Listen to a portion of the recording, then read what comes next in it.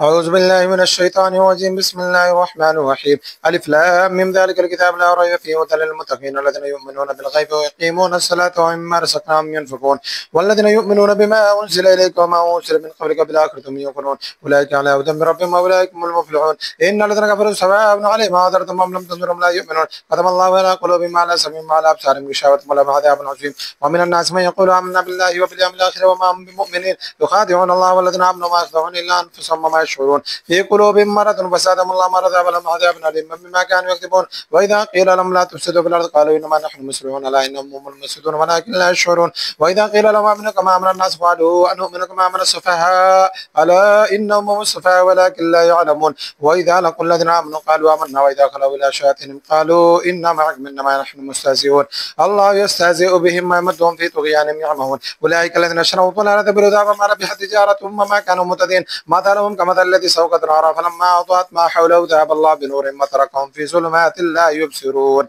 صم بكم عمي فهم لا يرجعون. أو كصيب من السماء في ظلمات ورعد وبرق يجعلون أصابعهم في آذانهم من الصواعق حذر الموت والله محيط بالكافرين. يكاد البرق يخطف أبصارهم كلما أضاء لهم مشوا فيه وإذا أظلم عليهم قاموا ولو شاء الله لذهب بسمعهم وأبصارهم إن الله على كل شيء قدير.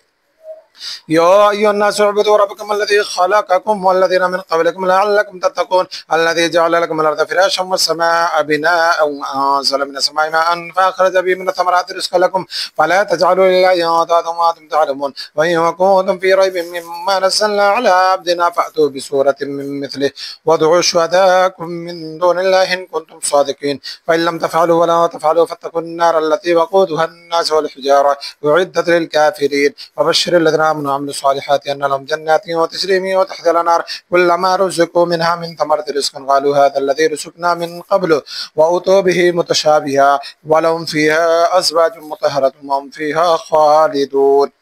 إن الله لا يستحي أن يضرب مثلا ما بعوضة فما فوقها فأما الذين آمنوا فيعلمون أنه الحق من ربهم وأما الذين كفروا فيقولون ماذا أراد الله بهذا مثلا يضل به كثيرا وما يهدي به كثيرا وما يضل به إلا الفاسقين الذين ينقضون عهد الله من بعد ميثاقه ويقطعون ما أمر الله به أن يوصل ويفسدون في الأرض أولئك هم الخاسرون.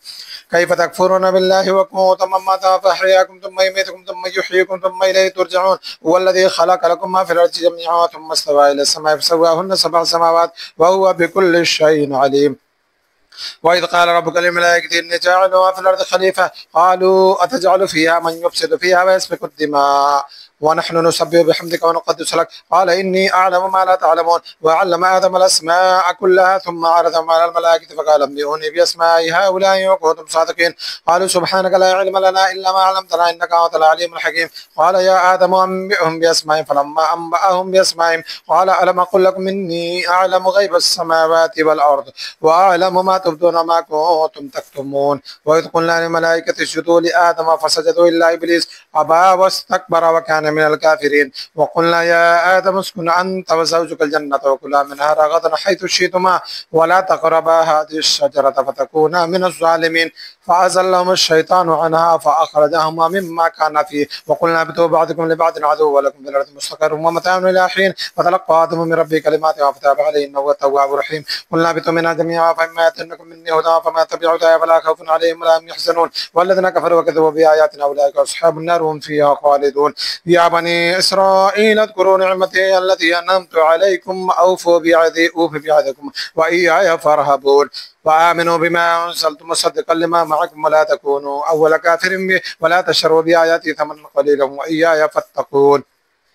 ولا تلبسوا الحق بالباطل وتكتموا الحق وأنتم تعلمون. وأقيموا الصلاة وآتوا الزكاة واركعوا مع الراكعين أتأمرون الناس بالبر وتنسون أنفسكم وأنتم تتلون الكتاب فلا تعقلون. واستعينوا بالصبر والصلاة وإنها لكبيرة إلا على الخاشعين الذين يظنون أنهم ملاقو ربهم وأنهم إليه راجعون. يا بني إسرائيل اذكروا نعمتي التي أنعمت عليكم وأني فضلتكم على العالمين واتقوا يوما لا تجزي نفس عن نفس شيئا ولا يقبل منها شفاعة ولا يأخذ منها عدل ولا هم ينصرون. وإذ نجيناك من آل فرعون يسومونكم سوء العذاب يذبحون أبناءكم ويستحيون نساءكم وفي ذلك بلاء من ربكم عظيم. وإذ فرقنا بكم البحر فأنجيناكم وأغرقنا آل فرعون وأنتم تنصرون. وإذ وعدنا موسى 40 ليلة ثم اتخذتم العجل من بعده وأنتم ظالمون.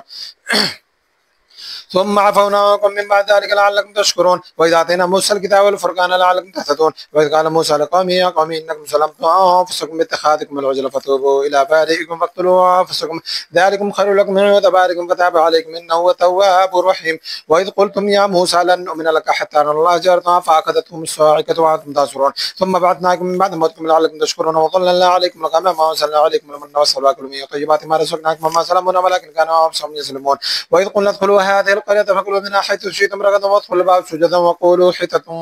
نغفر لكم خطاياكم وسنزيد المحسنين. فبدل الذين ظلموا قولا غير الذي قيل لهم فأرسلنا على الذين ظلموا رجزا من السماء بما كانوا يفسقون. وإذ استسقى موسى لقومه فقلنا اضرب بعصاك الحجر فانفجرت منه 12 عينا قد علم كل ناس مشربهم كلوا واشربوا من رزق الله ولا تعثوا في الأرض مفسدين. وإذ قلتم يا موسى لن نصبر على طعام واحد فادع لنا ربك يخرجنا مما تنبت الأرض من بقلها وقثائها وفومها وعدسها وبصلها قال تستبدلون الذي هو أدنى بالذي هو خير اهبطوا مصرا فإن لكم ما سألتم وضربت عليهم الذلة والمسكنة وباءوا بغضب من الله ذلك بأنهم كانوا يكفرون بآيات الله ويقتلون النبيين بغير الحق ذلك بما عصوا وكانوا يعتدون. إن الذين آمنوا والذين هادوا والنصارى والصابئين من آمن بالله واليوم الآخر وعملوا صالحا فلهم أجر عند ربهم ولا خوف عليهم ولا هم يحزنون. وإذا أخذنا ميثاقكم ورفعنا فوقكم الطور خذوا ما آتيناكم من قوة واذكروا ما فيه لعلكم تتقون. ثم توليتم من بعد ذلك فلولا فضل الله عليكم ورحمته لكنتم من الخاسرين. ولقد علمتم الذين اعتدوا منكم بالسبت فقلنا لهم كونوا قردة خاسئين فجعلناها نكالا ما بين يديها وما خلفها وموعظة للمتقين. وإذ قال موسى لقومه إن الله يأمركم أن تذبحوا بقرة قالوا وتتخذون هزوا قال أعوذ بالله أن أكون من الجاهلين. قالوا ادع لنا ربك يبين لنا ما هي قال إنه قولوا إنها بقرة لا فارض ولا بكر أعوان بين ذلك ففعلوا ما تؤمرون. قالوا ادع لنا ربك يبين لنا ما لونها قال إنه قولوا إنها بقرة وصفراء فاقع لونها تسر الناظرين. قالوا ادع لنا ربك يبين لنا ما هي إن البقرة تشابه علينا وإنا إن شاء الله لمهتدون. قال إنه يقول إنها بقرة لا ذلول وتثير الأرض ولا تسقي الحرث مسلمة لا شيء فيها. قالوا لا نجئت بالحق فذبحوها وما كادوا يفعلون. وإذ قتلتم نفسا فادارأتم فيها والله مخرج ما كنتم تكتمون فقلنا اضربوه ببعضها كذلك يحيي الله الموتى ويريكم آياته لعلكم تعقلون.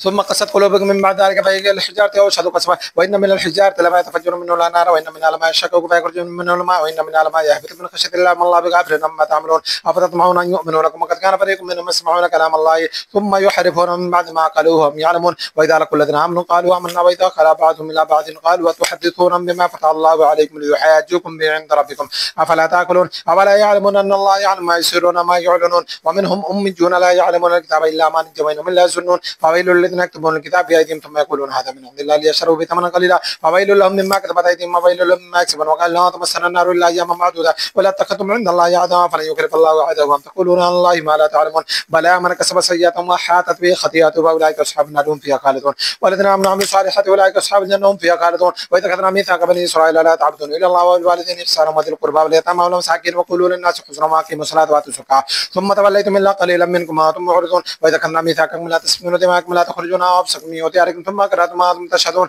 ثم أنتم هؤلاء تقتلون أنفسكم وتخرجون فريقا منكم من ديارهم تظاهرون عليهم بالإثم والعدوان وإن يأتوكم أسارى تفادهم وهو محرم عليكم إخراجهم أفتؤمنون ببعض الكتاب وتكفرون ببعض فما جزاء من يفعل ذلك منكم إلا خزي وفي الحياة الدنيا ويوم القيامة يردون إلى أشد العذاب وما الله بغافل عما تعملون. أولئك الذين شروا الحياة الدنيا بالآخرة فلا يخفف عنهم العذاب ولا هم ينصرون. ولقد آتينا موسى الكتاب وكفينا من بعده برسول وآتينا عيسى ابن مريم البينات وأيدناه بروح القدس أفكلما جاءكم رسول بما لا تهوى أنفسكم استكبرتم ففريقا كذبتم وفريقا تقتلون وقالوا قلوبنا غلف بل لعنهم الله بكفرهم فقليلا ما يؤمنون. ولما جاءهم كتاب من عند الله مصدق لما معهم وكانوا من قبل يستفتحون الذين كفروا فلما جاء ما عرفوا كفروا به فلعنة الله على الكافرين. بئس ما اشتروا به أنفسهم من يكفروا بما أنزل الله بغيا أن ينزل الله من فضله على من يشاء من عباده فباءوا بغضب على غضب وللكافرين عذاب مهين. وإذا قيل لهم آمنوا بما أنزل الله قالوا نؤمن بما أنزل علينا ويكفرون بما وراءه وهو الحق مصدقا لما معهم ولفلما تقتلون أنبياء الله من قبل أن يكونوا مؤمنين. ولقد جاءكم موسى بالبينات ثم اتخذتم العجل من بعده وأنتم ظالمون. وإذا أخذنا ميثاقكم ورفعنا فوقكم الطور خذوا ما آتيناكم من قوة واسمعوا قالوا سمعنا وعصينا وأشربوا في قلوبهم العجل بكفرهم قل بئس ما يأمركم به إيمانكم إن كنتم مؤمنين. قل وكانت لكم الدار الآخرة عند الله خالصة من دون الناس فتمنوا الموت إن كنتم صادقين ولن يتمنوه أبدا بما قدمت أيديهم والله عليم بالظالمين ولا تزيدن أحسن الناس على حياة ومن الذين أشركوا يود أحدهم لو يعمر 1000 سنة وما هو بمستهزئ من العذاب أن يعمر والله بصير بما يعملون ولما كان عدوا لجبريل فإنه نزل على قلبك بإذن الله مصدقا لما بين يديه وهدى وبشرى للمؤمنين ما كان عدوا لله وملائكته ورسوله وجبريل وميكال فإن الله عدو للكافرين ولقد أرسلنا إليك آيات مبينات وما يكفر بها إلا الفاسقون أو كلما عاهدوا عهدا نبذه فريق منهم بل أكثرهم لا يؤمنون ولما جاء رسول من عند الله مصدق لما معهم نبذ فريق من الذين اوتوا الكتاب كتاب الله وراء ظهورهم كانهم لا يعلمون واتبعوا ما تتلو الشياطين على ملك سليمان وما كفر سليمان ولكن الشياطين كفروا يعلمون الناس السحر وما انزل على الملكين ببابل هاروت وماروت وما يعلمان من احد حتى يقول انما نحن فتنة فلا تكفر فيتعلمون منهما ما يفرقون به بين المرء وزوجه وما هم بضارين به من احد الا باذن الله ويتعلمون ما يضرهم ولا ينفعهم ولقد علموا من اشرع ما له في الاخره من خلاق له في سبع شرب يامسم لو كانوا يعلمون ولو انهم امنوا وتكونوا مثوبة من عند الله خير لو كانوا يعلمون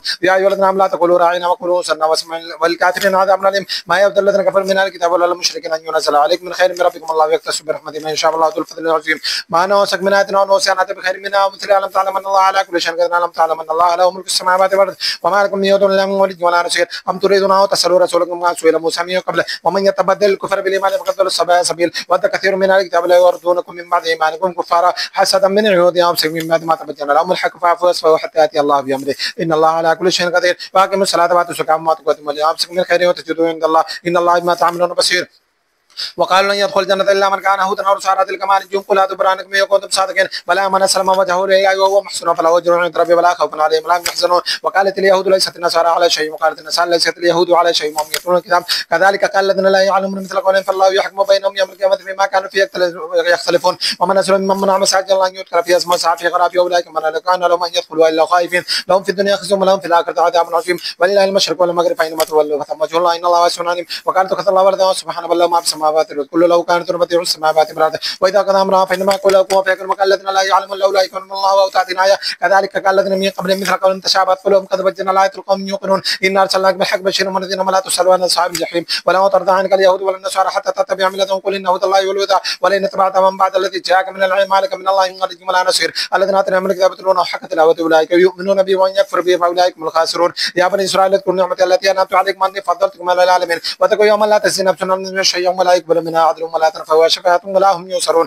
واذ ابتلى ابراهيم ربه بكلمات فاتمن قال اني جاعلك للناس اماما قال من ذريتي قال لا ينال عهد الظالمين واذ جعلنا البيت مثابة للناس وامنا واتخذوا من مقام ابراهيم مصلى وعهدنا الى ابراهيم واسماعيل وطهر بيتي للطائفين والعاكفين والركع السجود واذ قال ابراهيم ربي اجعل هذا بلدا امنا وارزق اهله من الثمرات من امن منهم بالله واليوم الاخر قال ومن كفر فامته قليلا ثم اضطروا الى عذاب النار وبئس المصير واذ يرفع ابراهيم قواعد من البيت واسماعيل ربنا تقبل منا انك انت السميع العليم ربنا واجعلنا مسلمين لك ومن ذريتنا امه مسلمه لك وارنا مناسكنا وتب علينا انك انت التواب الرحيم ربنا وابعث فيهم رسولا منهم يتلو عليهم اياتك ويعلمهم الكتاب والحكمه ويزكيهم انك انت العزيز الحكيم ومن يرغب عن ملة ابراهيم الا ما صفي نفسه ولقد اصطفيناه في الدنيا وانه في الاخره من الصالحين اذ قال له ربه اسلم قال اسلمت لرب العالمين واصحابها ابراهيم بني ويعقوب يا بني ان الله اصطفى لكم الدين فلا تموتن الا وانتم مسلمون ام كنتم شهداء اذ حضر يعقوب الموت اذ قال لبنيه ما تعبدون من بعد قال نعبد الهك واله ابائك ابراهيم واسماعيل واسحاق بينهم واحدا ونحن له مسلمون تلك امه وقد خلت لها ما كسبت ولكم ما كسبتم ولا تسالون عما كانوا يعملون وقالوا كونوا هودا ونصارى تدخلوا بالمله ابراهيم حنيفا ما كان من المشركين قولوا امنا بالله وما انزل الينا وما انزل الى ابراهيم واسماعيل واسحاق ويعقوب الاسباط وما اوتي موسى وعيسى وما اوتي النبيون من ربهم لا نفرق بين احد منهم ونحن له مسلمون فان امنوا بمثل ما امنتم فقد اهتدوا وان تولوا فانما هم في شقاق فسيكفيكم الله وهو السميع العليم سبحان الله من احسن من الله سبحانه ونحن له عابدون ولا تحاجننا في الله وهو ربنا وربكم ولنا اعمالنا ولكم اعمالكم ونحن له مخلصون ام تقولون ان ابراهيم واسماعيل واسحاق والاسباط كانوا هودا او نصارى قل اانتم اعلم ام الله ومن اعظم مما كتم شهاده عنده من الله ما الله بغافل عما تعملون تلك امه وقد خلت لها ما كسبت ولكم ما كسبتم ولا تسالون عما كانوا يعملون سيقول سبحانه من الناس ما الله مع قبلتهم التي كانوا عليها قل لله المشرق والمغرب يهدي من يشاء الى صراط مستقيم وكذلك جعلناكم امه وسطا لتكونوا شهداء على الناس ويكون الرسول عليكم شهيدا وما جعلنا القبلة التي كنت عليها الا لنعلم من يتبع الرسول ممن ينقلب على عقبيه وان كانت كبيرة الا على الذين هدى الله وما كان الله ليضيع ايمانكم ان الله بالناس لرؤوف رحيم قد نرى تقلب وجهك في السماء فلنولينك قبلة ترضاها فولي وجهك شطر المسجد الحرام حيث ما كنتم وولوا وجوهكم شطر وان الذين اوتوا الكتاب لا يعلمون انه الحق من ربهم الله بغافل عما يعملون ولئن اتيت الذين اوتوا الكتاب بكل آية ما تبعوا قبلتك وما اوتوا بتابع قبلة وما بعضهم بتابع قبلة بعض ولئن تبعتهم من بعد ما جاءك من العلم انك اذا لمن الظالمين الذين اعطيناهم الكتاب يعرفونه كما يعرفون ابناءهم وان فريقا منهم لا يكتمون الحق وهم يعلمون الحق من ربك فلا تكونن من الممترين ولكل وجهة ومولية فسبقوا الخيرات اينما تكونوا ياتي بهم الله جميعا ان الله على كل شيء قدير ومن حيث خرجت فولي وجهك شطر المسجد الحرام انه للحق من ربكم الله بغافل عما تعملون ومن حيث خرجت فولي وجهك شطر المسجد الحرام حيث ما كنتم فولوا وجهكم شطرا لئلا يكون للناس عليكم حجة الا الذين ظلموا منهم فلا تخشوا واخشوني وليتم نعمتي عليكم ولعلكم تهتدون كما ارسلنا فيكم رسولا منكم يتلو عليكم اياتنا ويزكيكم ويعلمكم الكتاب والحكمة ويعلمكم ما لم تكونوا تعلمون فاذكروني اذكركم واشكروا لي ولا تكفروني يا ايها الذين امنوا استعينوا بالصبر والصلاة ان الله مع الصابرين ولا تقولوا لمن يقتل في سبيل الله اموات بل احياء ولكن لا تشعرون ولا نبلونكم بشيء من الخوف والجوع ونقص من الاموال والانفس والثمرات وبشر الصابرين الذين اذا اصابتهم مصيبة قالوا انا لله وانا اليه راجعون اولئك لهم صلوات من ربهم ورحمة واولئك هم المهتدون ان الصفا والمروة من شعائر الله فمن حج البيت او اعتمر فلا جناح عليه ان يطوف بهما ما تطوع خيرا فان الله شاكر عليم إن الذين يكتمون ما أرسلنا من البينات والهدى من بعد ما بيناه للناس في الكتاب أولئك يلعنهم الله ويلعنهم اللاعنون الذين تابوا وأصلحوا وبينوا فأولئك يتوب عليهم أنا التواب الرحيم إن الذين كفروا وماتوا هم كفار أولئك عليهم لعنة الله والملائكة والناس أجمعين خالدين فيها لا يخفف عنهم العذاب ولا هم ينصرون وإلهكم إله واحد لا إله إلا هو الرحمن الرحيم إن في خلق السماوات والأرض واختلاف الليل والنهار والفلك التي تجري في البحر بما ينفع الناس وما أنزل الله من السماء من ماء فأحيا بالأرض بعد موتها بث فيها من كل دابة وتصريف الرياح والسحاب المسخر بين السماء والأرض لآيات لقوم يعقلون ومن الناس من يتخذ من دون الله وأندادا يحبونهم كحب الله والذين آمنوا أشد حبا لله ولو يرى الذين ظلموا إذ يرون العذاب أن القوة لله جميعا وأن الله شديد العذاب إذ تبرأ الذين تبعوا من الذين تبعوا ورأوا العذاب وتقطعت بهم الأسباب وقال الذين تبعوا لو أن لنا كرة فنتبرأ منهم كما تبرأوا منا كذلك يريهم الله أعمالهم حسرات عليهم ما بخارجين من النار يا أيها الناس كلوا مما في الأرض حلالا طيبا ولا تتبعوا خطوات الشيطان إنه لكم عدو مبين إنما يأمركم بالسوء والفحشاء ما تقولوا الله ما لا تعلمون وإذا قيل لهم تبعوا ما أنزل الله قالوا بل نتبع ما ألفينا عليه آباءنا ولو كان آباءهم لا يأكلون شيئا ولا يهتدون ومثل الذين كفروا كمثل الذين يعبدون ما لا يسمعون الا دعاء ونداء صم بكم عمي فهم لا يعقلون يا ايها الذين امنوا كلوا من طيبات ما رزقناكم واشكروا لله وكنتم اياه تعبدون انما حرم عليكم الميتة والدم ولحم الخنزير وما اهل به لغير الله فمن اتقى غير باغ ولا عاد فلا اثم عليه ان الله غفور رحيم ان الذين يكتمون ما انزل الله من الكتاب ويشترون به ثمنا قليلا اولئك ما ياكلون في بطونهم الا النار ولا يكلمهم الله يوم القيامه ولا يزكيهم ولهم عذاب اليم أولئك الذين اشتروا الضلالة بالهدى والعذاب من المغفرة فما أصبرهم على النار ذلك بأن الله نزل الكتاب بالحق وإن الذين اختلفوا في الكتاب لفي شقاق بعيد ليس البر أن تولوا وجوهكم قبل المشرق والمغرب ولكن البر من آمن بالله واليوم الآخر والملائكة والكتاب والنبيين وآتى المال على حبه ذوي القربى واليتامى والمساكين وابن السبيل والسائلين وفي الرقاب وأقام الصلاة وآتى الزكاة والموفون بعهدهم إذا عاهدوا والصابرين بالبأساء والضراء وحين البأس أولئك الذين صدقوا وأولئك هم المتقون يا أيها الذين آمنوا كتب عليكم القصاص في القتل الحر بالحر والعبد بالعبد والأنثى بالأنثى فمن أوفي له من أخيه شيء فاتباع بالمعروف وأداء إليه بإحسان ذلك تخفيف من ربكم ورحمة فمن اتقى بعد ذلك فله عذاب أليم ولكم في القصاص حياة يا أولي الألباب لعلكم تتقون كتب عليكم إذا حضر أحدكم موت وترك خيرا للوصية للوالدين والأقربين بالمعروف حقا على المتقين فمن بدله بعد ما سمعه فإنما إثمه على الذين يبدلون إن الله سميع عليم فمن خاف من موص جنفا أو إثما فأصلح بينهم فلا إثم عليه إن الله غفور رحيم يا أيها الذين آمنوا كتب عليكم الصيام كما كتب على الذين من قبلكم لعلكم تتقون أياما معدودات فمن كان منكم مريضا أو على سفر فعدة من أيام أخرى وعلى الذين يطيقونه فدية طعام مسكين فما تطوع خيرا فهو خير لكم وما تصوموا خير لكم إن كنتم تعلمون شهر رمضان الذي أنزل فيه القرآن هدى للناس وبينات من الهدى والفرقان فمن شهد منكم الشهر فليصم من كان مريضا أو على سفر فعدة من أيام أخرى يريد الله بكم اليسر ولا يريد بكم العسر ولتكملوا العدة ولتكبروا الله على ما هداكم ولعلكم تشكرون وإذا سألك عبادي عني فإني قريب أجيب دعوة الداعي إذا دعاني فليستجيبوا لي وليؤمنوا بي لعلهم يرشدون وأحل لكم ليلة الصيام رفث إلى نسائكم هن لباس لكم وأنتم لباس لهن علم الله ما كنتم تختانون أنفسكم وتاب عليكم عافاكم فلا أنا باشرون أبتغوا ما كتب الله لكم وكلوا واشربوا حتى يتبين لكم الخيط الأبيض من الخيط الأسود من الفجر ثم أتموا الصيام إلى الليل ولا تباشرون ما أنتم عاكفون في المساجد تلك تلك حدود الله فلا تقربوها كذلك يبين الله آياته للناس لعلهم يتقون ولا تأكلوا أموالكم بينكم بالباطل وتدلوا بها للحكام لتأكلوا فريقا من أموال الناس بالإثم وأنتم تعلمون يسألونك عن الأهل قل هي مواقيت للناس والحج وليس البر بها وتأتوا البيوت من سوريا ولكن البر من تقابلوا البيوت من أبوابها واتقوا الله لعلكم تفلحون وقاتلوا في سبيل الله الذين يقاتلونكم ولا تعتدوا إن الله لا يحب المعتدين واقتلوا من حيث ثقفتم وما أخرجوا من حيث أخرجوكم الفتنة واشهدوا منهم القتل ولا تقاتلوا من حيث المسجد الحرام حتى يقاتلوكم فيه فإن قاتلوكم فاقتلوهم كذلك جزاء الكافرين فإن يعطوا فإن الله غفور رحيم وقاتلوهم حتى لا تكون فتنة ويكون الدين لله فإن يعطوا فلا عدوان إلا على الظالمين الشهر الحرام بالشهر الحرام والحرمات قصاص فمن اعتدى عليكم فاعتدوا عليه مثل ما اعتدى عليكم واتقوا الله واعلموا أن الله مع المتقين وأنفقوا في سبيل الله ولا تلقوا بأيديكم إلى التهلكة وأحسنوا إن الله يحب المحسنين وأتموا الحج والعمرة إلا فإن أحسنتم فهو استيسر من الهدي ولا تحرقوا رؤوسكم حتى يبلغ الهدي محله ومن كان منكم مريضا أو به أذى من رأسه ففدية من صيام أو صدقة أو نسك فإذا أمنتم فمن تمتع بالعمرة الحج فهو استيسر من الهدي فمن لم يجد فصيام 3 أيام في الحج وسبعة إذا رجعتم تلك 10 وكامل ذلك لمن لم يكن أهله حاضر المسجد الحرام واتقوا الله واعلموا أن الله شديد العقاب الحج أشهر معلومات فمن فرض فيهن الحج فلا رفث ولا فسوق ولا جدال في الحج وما تفعل من خير يعلمه الله وتزودوا فإن خير زاد التقوى واتقون يا أولي الألباب ليس عليكم جناح وتبتغوا فضلا من ربكم فإذا أفضتم من عرفات فاذكروا الله عند المشعر الحرام واذكروا كما هداكم من يقوت من قبل من الضالين ثم أفيضوا من حيث أفاض الناس واستغفروا الله إن الله غفور رحيم فإذا قضيتم مناسككم فاذكروا الله كذكر ما باكم أو ذكر فمن الناس من يقول ربنا آتنا في الدنيا وما له في الآخرة من خلاق ومنهم من يقول ربنا آتنا في الدنيا حسنة وفي الآخرة حسنة وقنا عذاب النار أولئك لم نسوا مما كسبوا والله سريع الحساب واذكروا الله في أيام معدودات فما تعجل في يومين فلا إثم عليه وما تأخر فلا إثم عليه لمن اتقى واتقوا الله واعلموا أنكم إليه تحشرون ومن الناس من يعجبك قوله في الحياة الدنيا ويشهد الله على ما في قلبه وهو ألد الخصام وإذا تملى سعى في الأرض ليفسد فيها ويهلك الحرث والنسل والله لا يحب الفساد وإذا قيل له اتق الله أخذته العزة بالإثم فحسبه جهنم ولبئس المهاد ومن الناس من يشتري نفسه ابتغاء مرضات الله والله رؤوف بالعباد يا أيها الذين آمنوا ادخلوا في السلم كافة ولا تتبعوا خطوات الشيطان إنه لكم عدو مبين وإن سألتم من بعد ما جاءتكم البينات فاعلموا أن الله عزيز حكيم هل ينصرون إلا أن يأتيهم الله في ظلال من الغمام والملائكة وقضي الأمر وإلى الله ترجع الأمور سأل بني إسرائيل كما آتيناهم من آية مجنا ومن يبدل نعمة الله من بعد ما جاءته فإن الله شديد العقاب زين للذين كفروا الحياة الدنيا ويسخرون من الذين آمنوا والذين تقوا فوقهم يوم القيامة والله يرزق من يشاء بغير حساب كان الناس أمة واحدة فبعث الله النبيين مبشرين ومنذرين وأنزل معهم الكتاب الحق ليحكم بين الناس فيما اختلفوا فيه وما اختلف فيه إلا الذين أوتوه من بعد ما جاءتهم البينات بغيا بينهم فهدى الله الذين آمنوا لما اختلفوا فيه من الحق بإذنه والله لا يهدي من يشاء إلى صراط مستقيم أم حسبتم أن تدخلوا الجنة ولما يأتكم مثل الذين خلوا من قبلكم مستهم البأساء والضراء وزلزلوا حتى يقول الرسول والذين آمنوا معه متى نصر الله ألا إن نصر الله قريب يسألونك ماذا ينفقون قل ما أنفقتم من خير فللوالدين والأقربين واليتامى والمساكين وابن السبيل وما تفعلوا من خير فإن الله به عليم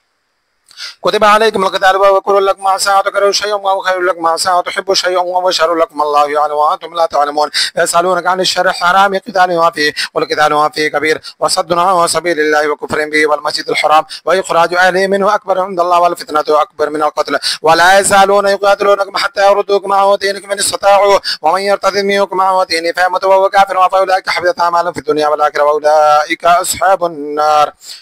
هم فيها خالدون إن الذين آمنوا والذين هاجروا وجاهدوا في سبيل الله أولئك يرجون رحمة الله والله غفور رحيم يسألونك عن الخمر والميسر قل فيهما إثم كبير ومنافع للناس وإثمهما أكبر من نفعهما يسألونك ماذا ينفقون قل العفو كذلك يبين الله لكم الآيات لعلكم تتفكرون في الدنيا والآخرة ويسألونك عن اليتامى قل إصلاح لهم خير ما يتخالطون فإخوانكم والله يعلم المفسد من المسلم ولو شاء الله لأعنتكم إن الله عزيز حكيم ولا تنكحوا المشركات حتى يؤمن والعامة المؤمنة خير من مشركة ولو أعجبتكم ولا تنكحوا المشركين حتى يؤمنوا ولا عبد مؤمن خير من مشرك ولو أعجبكم أولئك يدعون إلى النار والله يدعو إلى الجنة والمغفرة بإذنه ويبين آياته للناس لعلهم يتذكرون ويسألونك عن المحيض قل وأذن فاعتزلوا النساء في المحيض ولا تقربوهن حتى يطهرن فإذا تطهرن فأتوهن من حيث أمركم الله إن الله يحب التوابين ويحب المتطهرين نساؤكم حرث لكم فأتوا حرثكم أن شئتم وقدموا لأنفسكم واتقوا الله واعلموا أنكم ملاقوه وبشر المؤمنين ولا تجعلوا الله عرضة لأيمانكم وتبروا وتتقوا وتصلحوا بين الناس والله سميع عليم لا يؤاخذكم الله باللغو في أيمانكم ولكن يؤاخذكم بما كسبت قلوبكم الله غفور حليم للذين يؤلون من نسائهم تربصوا 4 أشهر فإن فاءوا فإن الله غفور رحيم وإن عزموا الطلاق فإن الله سميع عليم والمطلقات يتربصن بأنفسهن 3 قروء ولا يحل لهن أن يكتمن ما خلق الله في أرحامهن إن كن يؤمن بالله واليوم الآخر وبعولتهن قبرت إن في ذلك إن أرادوا إصلاحا ولهن مثل الذي عليهن بالمعروف وللرجال عليهن درجة والله عزيز حكيم. الطلاق مرتان فإمساك بمعروف أو تسريح بإحسان ولا يحل لكم أن تأخذوا مما آتيتموهن شيئا إلا أن يخاف ألا يقيم حدود الله فإن خفتم أن لا يقيم حدود الله فلا جناح عليهما فيما يترك حدود الله فلا تعتدوها ومن يتعد حدود الله فأولئك هم الظالمون. فإن طلقها فلا تحل له من بعد حتى تنكح زوجا غيره فإن طلقها فلا جناح عليهما أن يتراجعا أن يقيما حدود الله وتلك حدود الله يبينها لقوم يعلمون. وإذا طلقتم النساء فبلغن أجلهن فامسكوهن بمعروف أو سرحوهن بمعروف ولا تمسكوهن ضرارا لتعتدوا ومن يفعل ذلك فقد ظلم نفسه ولا تتخذوا آيات الله هزوا واذكروا نعمة الله عليكم وما أرسل عليكم من الكتاب الحكمة يعظكم به واتقوا الله واعلموا أن الله بكل شيء عليم. وإذا طلقتم النساء فبلغن أجلهن فلا تعذلوهن أن ينكحن أزواجهن إذا تراضوا بينهم بالمعروف ذلك يوعظ به ما كان منكم يؤمن بالله واليوم الآخر ذلك ما أزكى لكم وأطهر والله يعلم وأنتم لا تعلمون.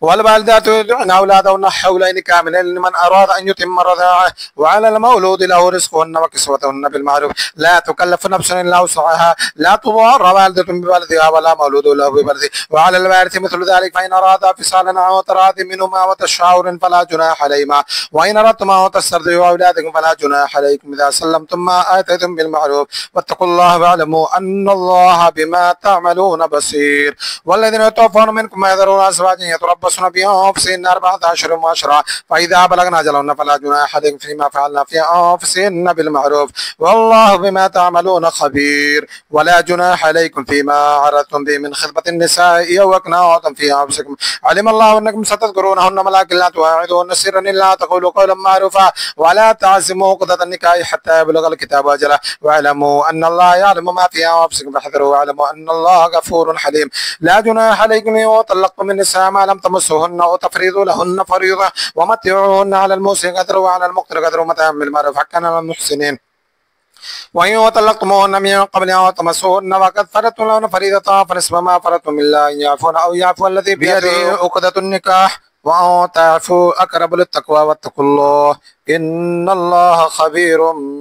بما تعملون بصير. حافظوا على الصلوات والصلاة الوسطى وقوموا لله قانتين فإن خفتم فرجالا أو ركبانا فإذا أمنتم فاذكروا الله كما علمكم ما لم تكونوا تعلمون. والذين يتوفون منكم يذرون أزواجا وصية لأزواجهم متاعا إلى الحول غير إخراج فإن خرجنا فلا جناح عليكم فيما فعلنا في أنفسهن من معروف والله عزيز حكيم. للمطلقات متاع بالمعروف حقا على المتقين كذلك يبين الله لكم آياته لعلكم تعقلون.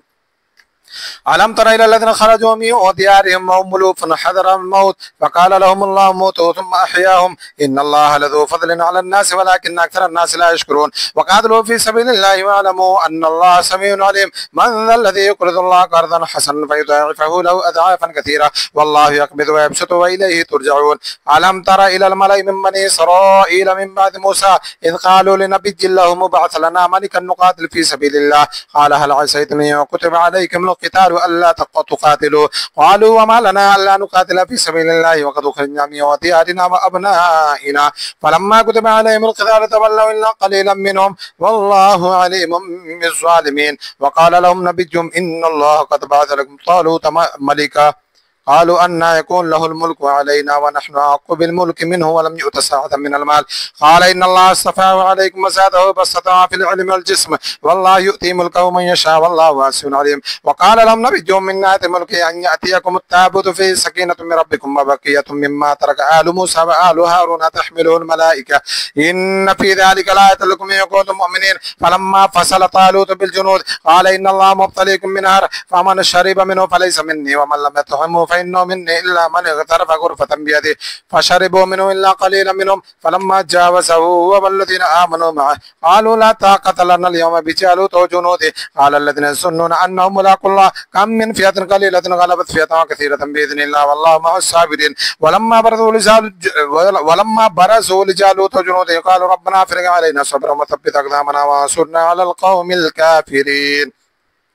فعزمهم بإذن الله. وقتل داود جالوت وآتاه الله الملك والحكمة وعلمه مما يشاء ولولا دفع الله الناس بعضهم ببعض لفسدت الأرض ولكن الله ذو فضل على العالمين. تلك آيات الله نتلوها عليك بالحق وإنك لمن المرسلين. والله بعد ما بعد منهم من كلم الله ورفع بعضهم درجات وآتينا عيسى من البينات وأيدنا بروح القدس ولو شاء الله ما اقتتل الذين من بعد ما جاءتهم البينات ولكن اختلفوا فمنهم من آمن ومنهم من كفر ولو شاء الله ما اقتتل ولكن الله يفعل ما يريد. يا أيها الذين آمنوا أنفقوا مما رزقناكم من قبل أن يأتي يوم لا بيع فيه ولا خلة ولا شفاعة والكافرون هم الظالمون. الله لا إله إلا هو الحي القيوم لا تأخذه سنة ولا نوم له ما في السماوات وما في الأرض. من ذا الذي يشفع عنده إلا بإذنه يعلم ما بين أيديهم وما خلفهم ولا يحيطون بشيء من علمه إلا بما شاء وسع كرسيه السماوات والأرض ولا يؤوده حفظهما وهو العلي العظيم. لا إكراه في الدين قد تبين الرشد من الغي فمن يكفر بالطاغوت ويؤمن بالله فقد استمسك بالعروة الوثقى لا انفصام لها والله سميع عليم. الله ولي الذين آمنوا يخرجون من الظلمات إلى النور والذين كفروا أولياءهم الطاغوت يخرجون من النور إلى الظلمات أولئك أصحاب النار هم فيها خالدون. ألم تر إلى الذي حاج إبراهيم في ربه أن آتاه الله الملك إذ قال إبراهيم ربي الذي يحيي ويميت قال أنا أحيي وأميت قال إبراهيم فإن الله يأتي بالشمس من المشرق فأتي بها من المغرب فبهت الذي كفر والله لا يهدي القوم الظالمين. أو كالذي مر على قرية وهي خاوية على عروشها قال أن يحيي هذه الله بعد موتها فأماته الله 100 عام ثم بعث قال كم لبثت قال لبثت يوما أو بعض يوم قال بل لبثت 100 عام فانظر إلى طعامك وشرابك لم يتسنى وانظر إلى حمارك ولنجعلك آية للناس وانظر إلى الحسام كيف ننشدها ثم نكسوها لحما فلما تبين له قال أعلم أن الله على كل شيء قدير. وإذ قال إبراهيم ربي أرني كيف تحيي الموتى قال ولم تؤمن قال بلى ولكن ليطمئن قلبي قال فخذ 4 من الطير فصرهن إليك ثم اجعل على كل جبل منهن جزءا ثم ادعهن يأتينك سعيا واعلم أن الله عزيز حكيم. مثل الذين ينفقون أموالهم في سبيل الله كمثل حبة أنبتت 7 سنابل في كل سنبلة 100 حبة والله يضاعف لمن يشاء والله واسع عليم. الذين ينفقون أموالهم في سبيل الله ثم لا يتبعون ما أنفقوا منهم ولا يذلون مجرمون ويضرب بما لا خوف عليهم ولا هم يحزنون قول معروف ومغفرة خير من صدقة يتبعها هذا والله غني حليم. يا أيها الذين آمنوا لا تبطلوا صدقاتكم بالمن ولا ذاك الذي ينفق ما له رياء الناس ولا يؤمن بالله واليوم الآخر فمثله كمثل صفوان عليه تراب فأصابه وابل فتركه صلدا لا يقدرون على شيء مما كسبوا والله لا يهدي القوم الكافرين. ومثل الذين ينفقون أموالهم ابتغاء مرضات الله وتثبيتا من أنفسهم كمثل جنة بربة وصحابها وابن فآتت كلها ضعفين فإن لم يصبها وابن فضل والله بما تعملون بصير. أيود أحدكم أن تكون له جنة من نخيل وعنب وتجري من تحت الأنهار له فيها من كل الثمرات وأصابه الكبر وله ذرية ضعفاء فأصابها إعصار وفيه نار فاحترقت كذلك ويبين الله لكم الآيات لعلكم تتفكرون. يا أيها الذين آمنوا أنفقوا من طيبات ما كسبتم ومما أخرجنا لكم من الأرض ولا تيمموا الخبيث منه توافقا ولستم بآخذيه إلا أن تغمضوا فيه واعلموا أن الله غني حميد. الشيطان يعدكم الفقر ويأمركم بالفحشاء والله يعدكم مغفرة منه وفضلا والله واسع عليم. يؤتي الحكمة من يشاء ومن يؤتي الحكمة فقد أوتي خيرا كثيرا وما يذكر إلا أولو الألباب.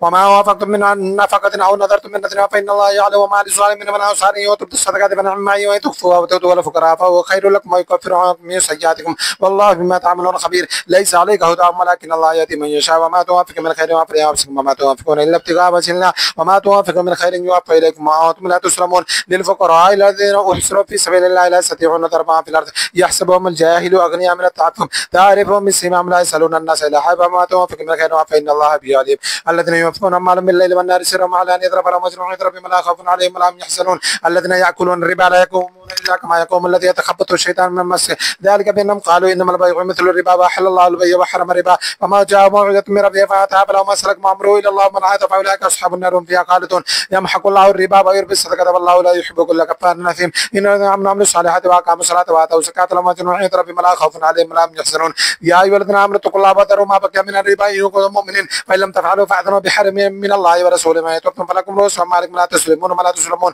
وإن كانت ذو عسرة فنظرة إلى ميسرة وهو تصدقوا خير لكم إن كنتم تعلمون واتقوا يوما ترجعون فيه إلى الله ثم توفى كل نفس ما كسبت وهم لا يظلمون.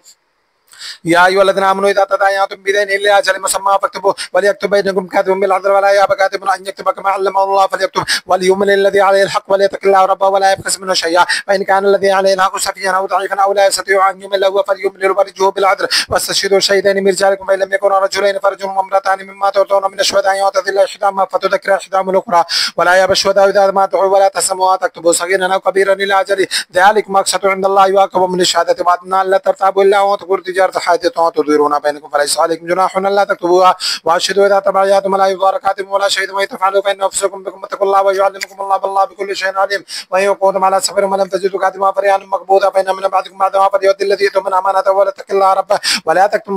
ولا تكتموا الشهادة ومن يكتمها فإنه آثم وقلب والله بما تعملون عليم. لله ما في السماوات وما في الأرض وإن تبدوا ما فيها أنفسكم وتخفوه يحاسبكم بالله فيغفر لمن يشاء ويعذب من يشاء والله ولا كل شيء قدير. آمن الرسول بما أنزل إليه من ربه والمؤمنون كلنا آمن بالله وملائكته وكتبه ورسله لا نفرق بين أحد من رسله وقالوا سمعنا وأطعنا غفرانك ربنا وإليك المصير. لا يكلف الله نفسا إلا وسعها لها ما كسبت وعليها ما اكتسبت ربنا لا تؤاخذنا إن نسينا أو أخطأنا وربنا ولا تحمل علينا إصرا كما حملته على الذين من قبلنا وربنا ولا تحملنا ما لا طاقة لنا به واعف عنا واغفر لنا وارحمنا أنت مولانا فانصرنا على القوم الكافرين.